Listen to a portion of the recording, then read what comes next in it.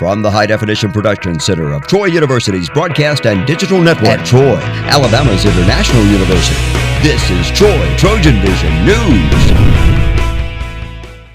And welcome to Troy TrojanVision News for January 20th, 2017. I'm Samantha Charles. And I'm Sarah Singletary. Thank you for joining us this evening. Troy University students spent yesterday afternoon participating in an effort to help feed the hungry in Pike County as a way of honoring the memory of Dr. Martin Luther King. Chelsea Law shows us how. In continuation with Service Week, students remembered Martin Luther King Jr. by offering their volunteer services in the kitchen through a program called Campus Kitchen. Well, MLK, obviously a great definition of service and a servant leader. So that's something that we can connect to the Service Week, and because of the holiday, we like to provide as many service opportunities, especially while people are in the spirit of giving and having service and being recognized for those leadership qualities that he had. And this is also a weekly thing, so it's not just an MLK thing. This is something that we do every week throughout the semester.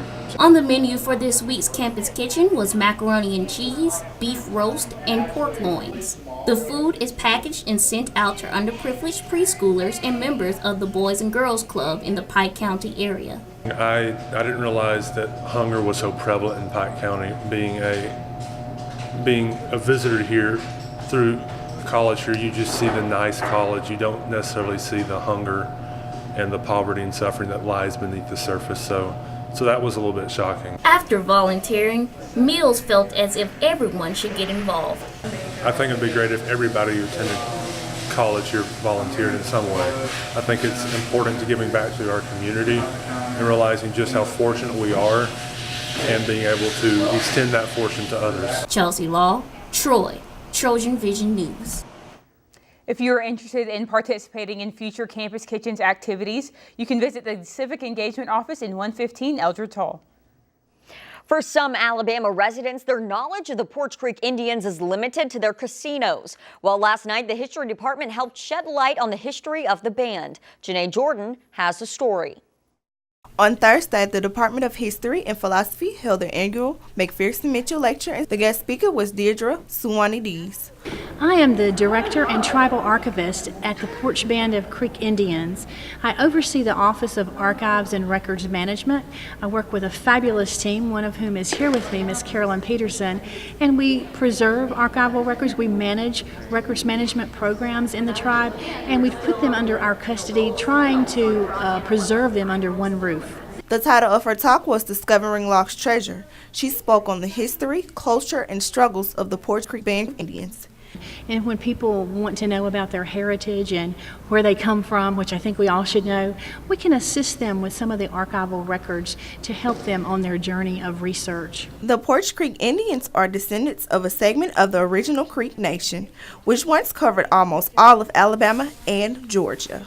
I'm Creek descent as well as Scottish descent. My parents, my father, my grandparents come from Creek Nation, and Porch Band of Creek Indians is the name of the community in which I work. If you're interested in learning about your Native American culture and your heritage, maybe you should take a trip down to Atmore, Alabama. Janae Jordan, Troy TrojanVision News. The annual McPherson Mitchell Lecture honors former history professors Dr. Milton McPherson and Dr. Norma Mitchell. Students were given the opportunity to meet different fraternities and sororities that are part of the National Panhellenic Council at last night's spring convocation. Jalen Bivens has the details. Center ballrooms to attend the National Panhellenic Council spring convocation. While there, students were able to walk around table to table and get a chance to interact with different organizations. Today we are at the Greek Convocation. It's just an opportunity for the different D9 organizations to showcase in a way to prospective members, here on campus, and just talk a little bit about our organizations in general. Convocation is a time for students to better understand each fraternity and sorority. A representative from every D9 organization goes up and says a speech talking about their organization, and then we have a browsing section at the end where students can go around and learn more about each organization. Students are required to attend Convocation if they plan on joining any Greek organizations in the future. But why is it so important? I think it's important for it to be a requirement because freshmen come here, they don't know anything about it. So they need to learn the foundation of each organization first before they can step into that field. Though there are different fraternities and sororities in the Divine Nine, each organization gave the same advice for future potential members. So get your GPA as high as you can. GPA? Come in with an open mind. Go with your heart, and that's what I say to the student body. The next convocation will be held in the fall semester of 2017. Jalen Bivens, Troy, TrojanVision News. For more information regarding future NPHC events, you can visit their Instagram page at Troy NPHC. Troy University has a diverse international student body, which means there's potential for opportunities to learn about some of the cultures of some of these homelands. That's right, Sarah, but luckily there is a way for students to learn about those cultures by sharing a cup of tea. Paige Weeks takes a look at the first Tea for Troy event of the semester.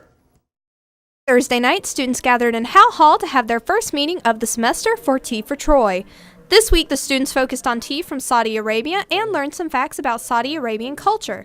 Student Shelby Wood says why she enjoys attending Tea for Troy events and what others can learn from the meetings. Tea for Troy is a great organization. The concept is that even though we're all different and each culture is unique, we are all connected through tea.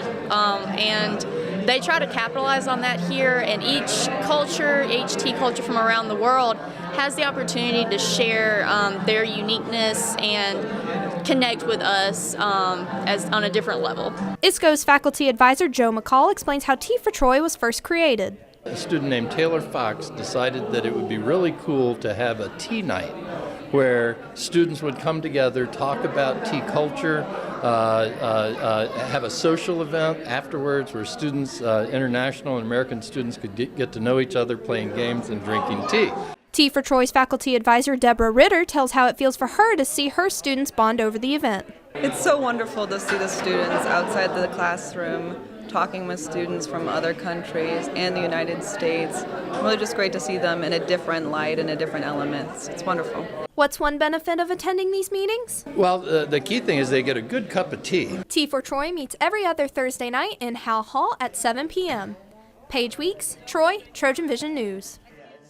Next week, ISCO will have their meeting at 7 p.m. in the Hall of Honor. Tea for Troy will return on February 2nd. Now, the latest in Trojan sports on Troy TrojanVision News. The Trojan women's basketball team was hoping to stay perfect in conference play, but in a clash between Sunbelt Conference unbeatens, Little Rock came out just ahead of Troy last night. The Trojans of Little Rock defeated the Trojans of Troy by a 3-point margin, 77-74 at Jack Stevens Center on Thursday. The loss snapped Troy's 6-game winning streak and was the first stubble in league play. Troy had been off to its best conference start in program history at 5-0. Troy shot the ball well but struggled with turnovers. Despite hitting 6 of 11 field goals in the first period, the visiting Troy turned the ball over 9 times, a total of 24 times in the game, tied for the second highest total of this season. Senior Arjaya Saunders scored 12 first-half points and finished with a game-high 21. Sunbelt Conference Player of the Week Caitlin Ramirez turned in her 4th double-double of the season with 12 points and 11 rebounds.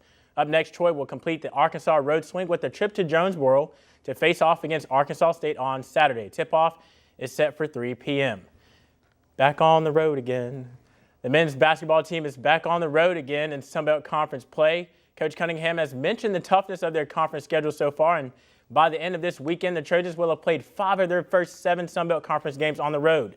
And speaking of toughness, of the 12 teams in the Sunbelt Conference, 4 are 3-2, and 4 have 2-3 records. Head coach Phil Cunningham highlights the matchup ahead against Arkansas State for his team. They're 3-2 out of the gates here early on, and they play 4 guards and really spread out, and we'll have to be ready to defend them because they shoot a lot of threes, and they're just with 4 guards out there. We've traditionally played a couple of bigs, and we've just got to make that adjustment and do well. Troy and Arkansas State will tip off Saturday night at 7 p.m. The Trojans will enter the matchup looking to even up their conference record at 3-3. That game can be seen on ESPN3. And the women's tennis team is also on the road this weekend, opening up their season in Blacksburg, Virginia. Here's Coach Maria El Sisi on the teams her group will face. This weekend we're going to actually compete against Virginia Tech and East Tennessee State, which is very good. We got one team is in the top 30 in the country, and we're gonna get a lot of good play against some good team. Virginia Tech matches at 9:30 a.m. Saturday morning. Then the team will turn around on Sunday and take on East Tennessee State at 9 a.m. Now, news today from the Troy baseball team. Former Troy pitcher Grant Bennett and current assistant coach Brad Phillips were honored by the Alabama Baseball Coaching Association. Bennett was honored with Pitcher of the Year after a season in which the ace was a first-team All-Sunbelt Conference selection. Phillips was awarded the Assistant Coach of the Year award. The Trojans will open their 2017 season on February 17th against Xavier.